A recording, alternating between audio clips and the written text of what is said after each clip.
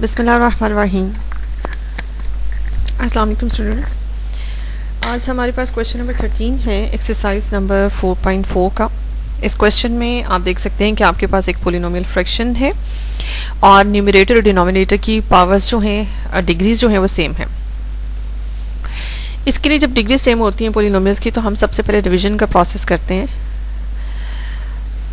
तो हम सबसे पहले डिवीजन के प्रोसेस में न्यूमरेटर को अंदर रखा और डिनोमिनेटर को डिवाइड किया।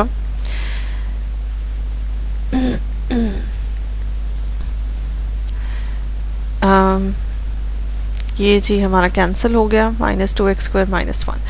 अब इसका जो आंसर होगा वो हम लिखते हैं यहाँ पे।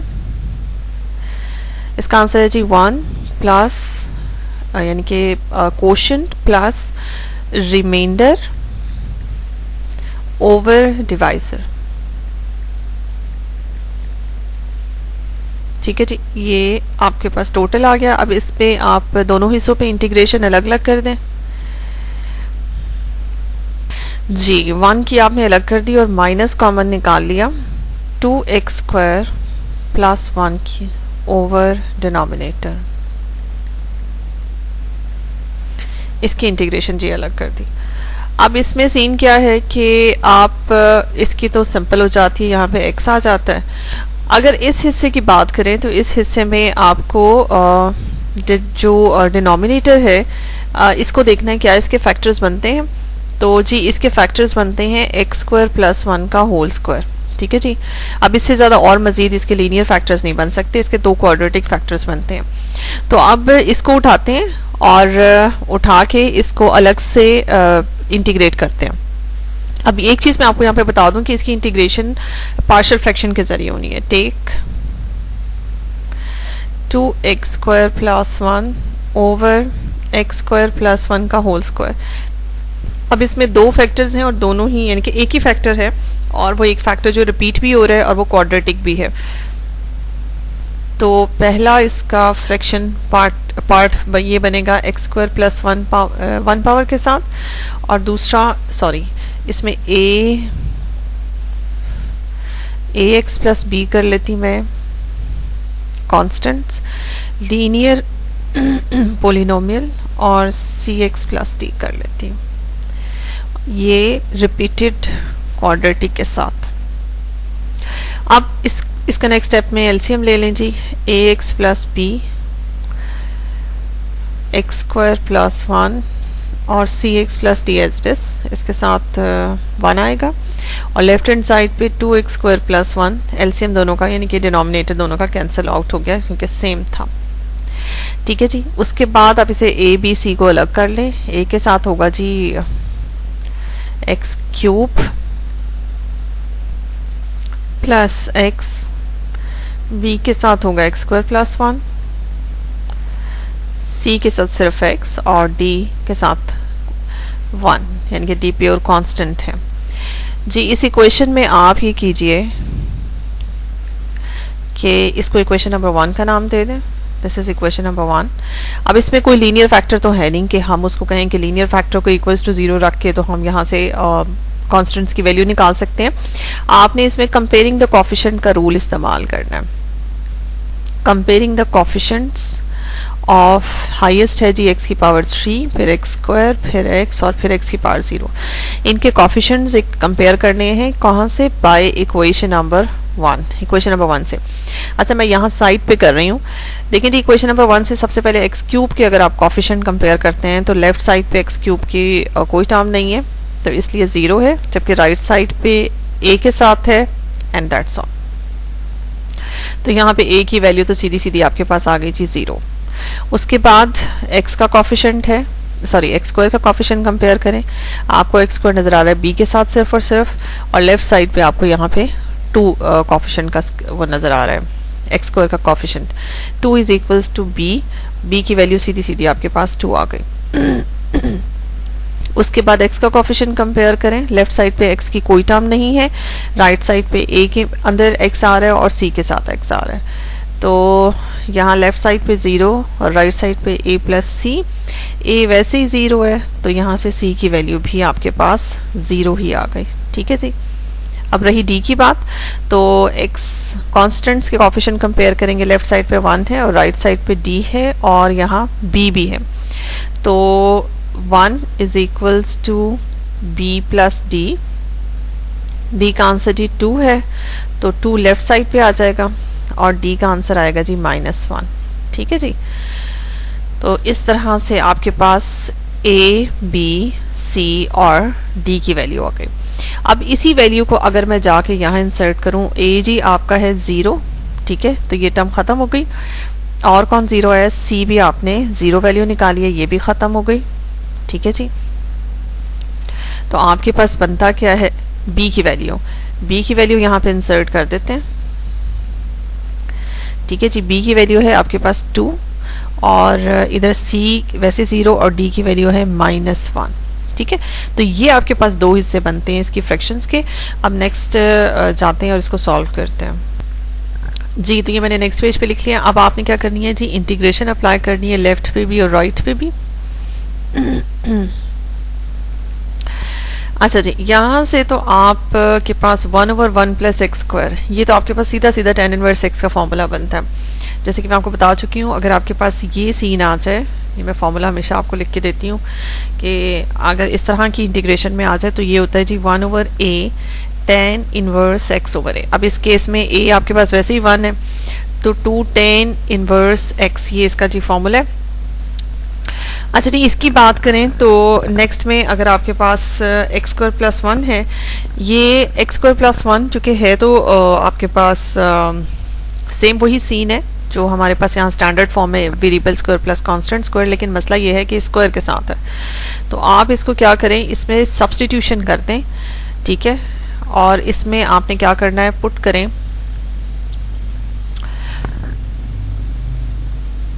अच्छा जी, इसमें पुट करना है जहाँ जहाँ x है वहाँ a tan थीटा। अब यहाँ पे x² + a² आपके पास a1 है, यानी कि आप सिर्फ 1 tan थीटा पुट करेंगे, डिफरेंशियल लेंगे, ये आएगा आपके पास।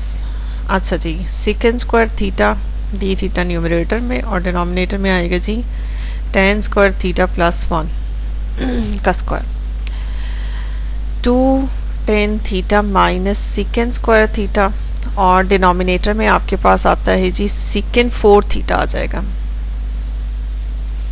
ये कैंसिल हो जाएगा इसके साथ, और आपके पास 1/sec² थीटा जो कि न्यूमरेटर में जाके cos² थीटा बन जाएगा। ठीक है, अब cos² थीटा को मैं साइड पे अगर आपके यहाँ निकालूं तो ये cos² थीटा का हाफ एंगल फार्मूला अगर आप लगाएं या डबल एंगल फार्मूला लगा दें, cos 2 थीटा 1 + cos 2 थीटा / 2, ये होता है cos² थीटा = 1 + cos 2 थीटा / 2। अब ये जाके जब आप यहाँ इंसर्ट करेंगे तो आपके पास बनेगा 1/2 अलग हो जाएगा d थीटा के साथ, और -1/2 cos 2 थीटा, ठीक है, ये अलग हो जाएगा, और उसके बाद 1/2 थीटा एंड 1/2 cos 2 थीटा की इंटीग्रेशन होगी जी आपके पास प्लस sin 2 थीटा, और एंगल के डेरिवेटिव से आपने डिवाइड कर देना। अब थीटा की यहाँ से वैल्यू निकाल लें, थीटा क्या है, थीटा है जी tan इनवर्स x। ठीक है, और अगर आप यहाँ से बात करते हैं sin 2 थीटा की, तो ये मैं आपको साइड पे बता दूं कि sin 2 थीटा बराबर होता है 2 sin थीटा cos थीटा के। ठीक है जी, और यहाँ पे sin थीटा और cos थीटा की वैल्यू आप इंसर्ट करते हैं। अब वो कैसे निकालेंगे, ये देखिए जी, आपके पास यहाँ है tan थीटा। ठीक है, अब नीचे ही चलते हैं, tan थीटा से आप निकालेंगे जी sec² थीटा की। sec² थीटा की वैल्यू होती है जी 1 + tan² थीटा, sec² ना निकालें, secant की निकाल लें। ठीक है जी, 1 + tan² थीटा यानी कि 1 + x² आपके पास है secant थीटा, तो cos थीटा आपके पास क्या होगा, 1/1 + x² √ के साथ, और इसी को देखते हुए आप sin थीटा निकाल लेंगे, 1 - cos² होगा, तो 1 - 1/1 + x², और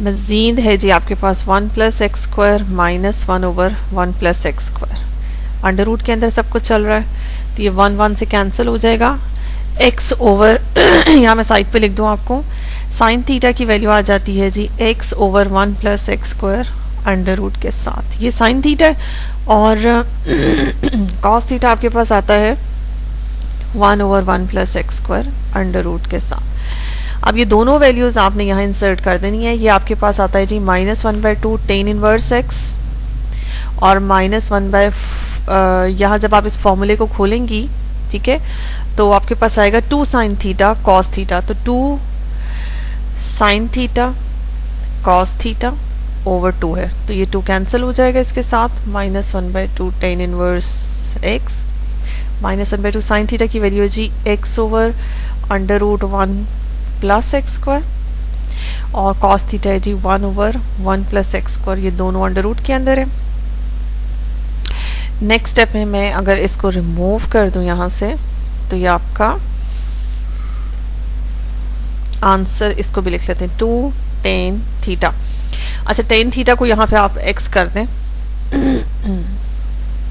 ये देखिए जी, ये टेन थीटा नहीं है, ये 2 टेन इनवर्स x है, ये मैं गलत लिख रही थी, टेन इनवर्स x, ठीक है जी।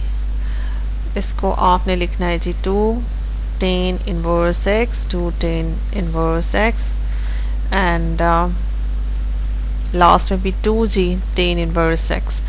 अब ये दोनों टर्म सेम है, इनको आप कर सकते हैं, इनको भी आप कर सकते हैं। अब हम चलते हैं नेक्स्ट बैक पे और इनको जाके वहाँ सब्स्टिट्यूट करते हैं। तो ये था हमारे पास इनिशियल क्वेश्चन, स्टार्ट का क्वेश्चन ये था, उसके आपने 2 हिस्से कर लिए थे डिवीजन के बाद, एक हिस्सा इंटीग्रेशन से बाहर आ गया था x, और दूसरा हिस्सा इंटीग्रेशन के अंदर ही था।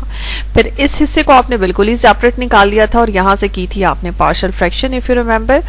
तो पार्शियल फ्रैक्शन से आपको, ये मैं ब्रैकेट के अंदर लिख रही हूँ, पार्शियल फ्रैक्शन से आपके पास बने थे 2 इंटीग्रेशन के हिस्से, 2 over x square plus 1 dx, और माइनस के साथ 1 ओवर एक्स स्क्वायर प्लस 1 का होल स्क्वायर, ठीक है जी। और फिर इतने हिस्से की जो ब्रैकेट के अंदर हिस्सा है, इसको आप लेके चले थे और आपने हमने यहाँ से इंटीग्रेशन की थी और इसको भी इंटीग्रेट करके हमने कुछ आंसर निकाला था जी। ये जो आंसर मैंने इनसर्कल किया हुआ है, ये हमारा आंसर है। ये 2 हिस्से हैं, उसको जिसका आंसर हमने तलाश करना है। ये देखिए, मैं आपको ऊपर से भी दिखा देती हूँ। ये देखें, इन्हीं 2 को लेके हम चले थे स्टार्ट में। यहाँ से देखिए, हमने इन दोनों को अलग निकाल लिया था, ये पूरा हिस्सा हमने अलग निकाल लिया था, 2 ओवर समथिंग, एंड साथ में -1 ओवर एक्स स्क्वायर प्लस 1 का होल स्क्वायर वाली टर्म। ये देखिए, हम ये सारी लेके चले, ये स्टेप्स हमारे आते गए, और फिर उसके बाद करते कराते इसके 2 टर्म्स इसके आंसर में आती हैं, एक ये वाली टर्म और एक ये वाली टर्म। तो इसको जाके बैक इंसर्ट करते हैं।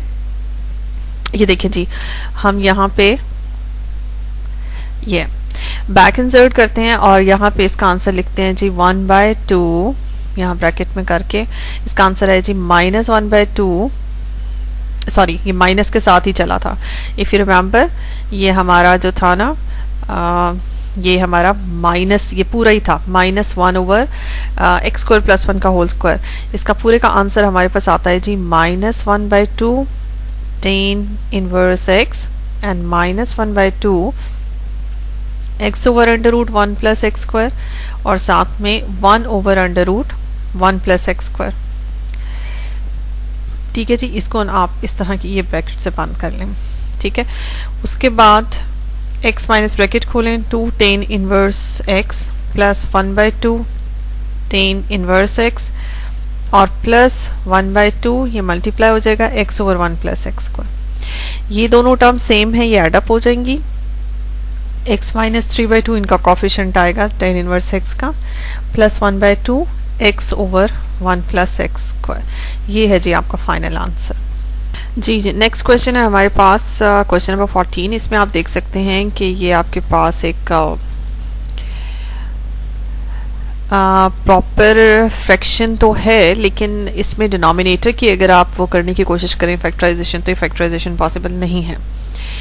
तो इसमें आपको करना क्या है, आपको ये फैक्टराइजेशन तो हो नहीं सकती है, और फिर पार्शियल फ्रैक्शन का अमल भी, क्योंकि यहाँ एक ही फैक्टर है और वो ये आपके पास पड़ा है, इसके मजीद फैक्टर्स नहीं बन सकते, तो इस पर पार्शियल फ्रैक्शन का कोई इफेक्ट नहीं होगा, या पार्शियल फ्रैक्शन जो है यहाँ कोई इफेक्टिव नहीं होगी। इसके लिए आपको एक एक्स्ट्रा प्रोसेस ये करना पड़ेगा कि आप ऐसा करें कि ये बस आप ये स्टेप याद रखें कि आपने न्यूमरेटर को और डिनोमिनेटर को जाके एक्स स्क्वायर से डिवाइड कर देना है जी।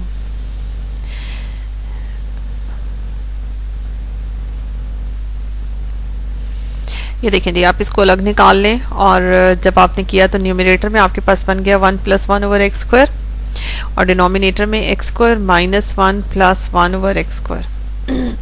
ये चीज़ आपके पास बन गई। उसके बाद आप इसमें ऐसा कीजिए, ये देखें जी, इसको इंटीग्रेशन भी साथ डाल दें, इधर भी इंटीग्रेशन डाल दें।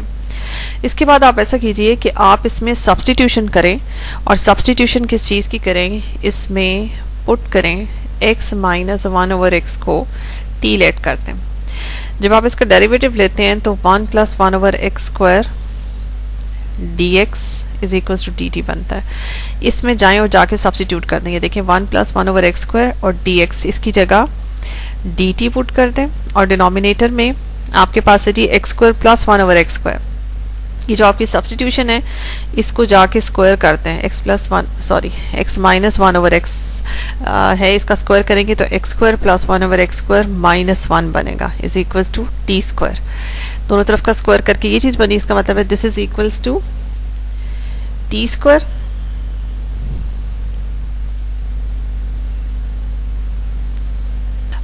ये आपके पास फॉर्मूला जब खुलता है x square + 1 over x square -2 बनता है, यहाँ पे -1 नहीं है, सॉरी।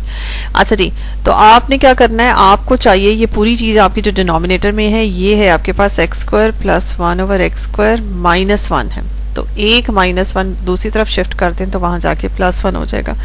तो ये आपके पास बनता है जी डिनोमिनेटर में +1, तो इसमें ये आपके पास होगा जी t स्क्वायर + 1। ये देखें, अब आपका क्वेश्चन जो इतना कॉम्प्लिकेटेड था वो बिल्कुल सिंप्लीफाई होके आपके पास आ गया, बिल्कुल सिंपल सा बन गया। अभी आपके पास वही बन गया कि ये एक वेरिएबल है, t को वेरिएबल माने, और मैंने आपको कहा था कि वेरिएबल का स्क्वायर प्लस कांस्टेंट का स्क्वायर, इस तरह का अगर आपके पास पॉलिनोमियल आता है इस स्टेप में आप इसको इस तरह से लिख सकते हैं। अगर आपके पास इस तरह का पॉलिनोमियल आता है तो आपने सब्स्टिट्यूशन करनी होती है 10 की, यहाँ बल्कि सब्स्टिट्यूशन क्या, अगर आपके पास इस तरह की चीज़ आती है तो डायरेक्ट इसकी इंटीग्रेशन का फॉर्मूला बनता है हमारे पास 1 over a tan inverse t over a। ठीक है जी, इस वक्त वेरिएबल हमारा t है, तो 1 over a means 1 and tan inverse t, ये सिंपल इसकी इंटीग्रेशन है, और t की बैक सब्स्टिट्यूशन कर लें यानी कि x माइनस 1 ओवर x, ये इस चीज़ के इंटीग्रेशन का आंसर आता है, और यहाँ पे हो जाता नहीं हमारा क्वेश्चन ख़त्म जी। नेक्स्ट क्वेश्चन 15 है हमारे पास। देखिए जी, ये डिनोमिनेटर में आपको कुछ फंक्शन नज़र आ रहा है, दैट इज़ e⁻x - 1।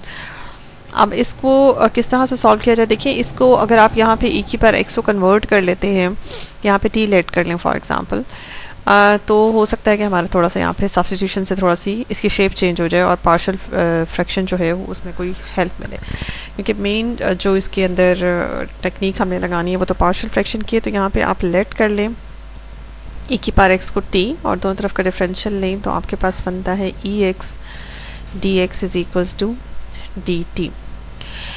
अच्छा जी, यहाँ पे अब चूँकि हमें इसको मद्देनज़र रखना है कि हमारा ओरिजिनल क्वेश्चन क्या है। न्यूमरेटर में आपको सिर्फ dx तो नज़र आता है लेकिन ex नहीं नज़र आता, इसको इधर शिफ्ट कर लें। अब राइट हैंड साइड पे सब कुछ t में होना चाहिए, तो e⁻x ओवर t ये चीज़ आपके पास बनती है dx की जगह। देखिए जी, dx की जगह आप पुट करेंगे dt ओवर t और डिनोमिनेटर में आप पुट करेंगे t माइनस 1 का होल स्क्वायर, और इसको थोड़ा सा और शेप कर दें तो dt ओवर t नीचे चला जाएगा और t माइनस 1 का होल स्क्वायर। अब देखिए ये जो फॉर्म आ रही है ये पॉलिनोमियल शेप है आपके पास, ये जो पॉलिनोमियल शेप है इसको जाके बड़े आराम से आप वो कर सकते हैं पार्शियल फ्रैक्शन। इसको मैं बाहर निकाल रही हूँ 1 over t times t minus 1 का होल स्क्वायर। पार्शियल फ्रैक्शन करनी है जी, दोनों आपके पास यहाँ फैक्टर्स हैं, एक फैक्टर t है और दूसरा फैक्टर जो है वो t माइनस 1 है, और t माइनस 1 वाला जो फैक्टर है वो आपके पास आपको रिपीटेड नज़र आ रहा है। ठीक है जी, इसको आप लिखेंगे t माइनस 1 और एक दफ़ा रिपीटेड फॉर्म में t माइनस 1 का होल स्क्वायर। अच्छा जी, अब इसके बाद नेक्स्ट स्टेप हमारा क्या होता है, हमने लेना होता है जी एलसीएम a के साथ t माइनस 1 का होल स्क्वायर और b के साथ आएगा जी t और t माइनस 1 और c के साथ आएगा जी t। अच्छा जी, इसको इक्वेशन नंबर 1 का नाम दे दें। This is equation number 1। उसके बाद आप सिर्फ इतना काम ये करें कि इसको खोल लें, ठीक है जी। स्क्वायर खोल लें, A T square minus 2t plus 1, और बी के साथ भी मल्टीप्लाई कर दें टी स्क्वायर माइनस 1, और सी के साथ, सॉरी यहाँ पे ना टी आना है, ठीक है, प्लस सी टी। चलिए ये चीज़ हो गई है। अब आपने क्या करना है, चलिए इसको आप इक्वेशन नंबर 2 कहते हैं, ठीक है। और आपने क्या करना है, अब आपने ए बी सी की वैल्यूज़ फाइंड आउट करनी है। इसके लिए हम लीनियर फैक्टर्स को उठा के 1 बाय 1 0 के इक्वल पुट करते हैं। सबसे पहला लीनियर फैक्टर है जी टी को 0 पुट करें, तो आप इसको पुट करें ये वैल्यू टी की इन इक्वेशन नंबर 1। जब आप इक्वेशन नंबर 1 में पुट करते हैं तो आप देख रहे हैं यहाँ पे भी 0 हो जाएगा, ये भी 0 हो जाएगा, सिर्फ और सिर्फ ए का कॉफिशेंट आपके पास बचेगा। अच्छा, यहाँ लेफ्ट हैंड साइड पे तो 1 चल रहा है, ये मैं आपको बता दूँ, हमने एलसीएम कैंसिल आउट कर दिया, दोनों तरफ से सेम था, तो 1 is equals to A minus 1 का स्क्वायर। तो ए की वैल्यू यहाँ से निकलती है जी आपके पास 1, ये मैं साइड पे रख रही हूँ, ए इज इक्वल्स टू 1। उसके बाद दूसरा लीनियर फैक्टर है, उसको उठा के 0 आप पुट करें। दूसरा लीनियर फैक्टर है हमारे पास t माइनस 1। इसको जब हम 0 पुट करते हैं तो यहाँ से t की आंसर आता है 1, t का आंसर आता है जी 1। इसको पुट करें आप इक्वेशन नंबर 1 में। अच्छा जी, t इक्वल्स टू 1 से ये 0, t इक्वल्स टू 1 से ये 0, और सिर्फ c बचता है नॉन ज़ीरो, ठीक है जी। तो 1 is equals to c into 1, तो c का आंसर भी यहाँ से 1 निकलता है, ठीक है जी। ये भी आप साइड पे रख लें। अब रहा b को फाइंड आउट करने के लिए यहाँ पे कोई और तीसरा लीनियर फैक्टर हमारे पास फ्रैक्शन में मौजूद नहीं है डिनोमिनेटर में, तो उसके लिए हमें सिर्फ एक कंपेयरिंग द कोफिशिएंट वाला काम करना होगा उस एक b के लिए। तो कंपेयरिंग द कोफिशिएंट करते हैं। इक्वेशन नंबर अगर आप 2 से देखें तो आपको हाईएस्ट जो डिग्री t की नज़र आ रही है राइट हैंड साइड पे, वो 2 नज़र आ रही है। तो हम comparing the coefficient of T square T की पावर 0 सबको कंसिडर कर लेते हैं। अब टी स्क्वायर के कोफिशिएंट लेफ्ट पे, तो टी स्क्वायर का कोई कोफिशिएंट नहीं है, टी स्क्वायर है ही नहीं, 0। राइट पे a है और आपके पास b है, ठीक है। तो ये बस एक ही इक्वेशन हम बनाते हैं क्योंकि हमें सिर्फ b की वैल्यू चाहिए। a पहले 1 निकल चुका है, तो यहाँ से b का आंसर -1 निकल जाएगा, ठीक है जी। तो मैं यहाँ से b का आंसर निकलता है जी -1, ठीक है। अब ये वैल्यूज़ हमारे पास आ गई हैं, इन वैल्यूज़ को उठाते हैं और उठा के इसमें इंसर्ट करते हैं और अपने सोल्यूशन की तरफ जाते हैं, ठीक है जी। अच्छा जी, यहाँ पे देखें जी, हमारा क्वेश्चन था 1/t माइनस 1 का होल स्क्वायर, a है जी 1/t, b है -1/t माइनस 1 t माइनस 1, ठीक है, और c है जी 1/t माइनस 1 का होल स्क्वायर। उसके बाद आप इंटीग्रेशन अप्लाई कर दें दोनों तरफ। ये देखें जी, ये हमने इंटीग्रेशन अप्लाई कर दी। 1/t की integration simple ln of t, 1/t minus 1 की integration simple ln of t minus 1। जबकि इसकी इंटीग्रेशन के लिए थोड़ा सा मैं आप हमेशा ये बताती होती हूँ, जिसकी पावर एल्स देन 1 है जिस पोलिनोमियल के, उसको आप न्यूमरेटर में ले जाए, और डेरिवेटिव चूँकि साथ पड़ा हुआ है इसलिए इसकी जो इंटीग्रेशन है वो पावर में एक इजाफे से होगी, यानी कि इसका होगा पावर में एक इजाफा कर दें जो कि बनता है आपके पास -1 और उसी से डिवाइड करते हैं ओवर -1, ठीक है। अच्छा, लास्ट में ये करें कि t की वैल्यू बैक सब्स्टिट्यूट भी करते हैं, ठीक है, क्योंकि हमारा ओरिजिनल क्वेश्चन t में नहीं है। तो e की पावर x है जी t की वैल्यू, ln ऑफ e की पावर x -1 -1 ओवर e की पावर x -1, ठीक है जी। ये आपके पास फाइनल आंसर है।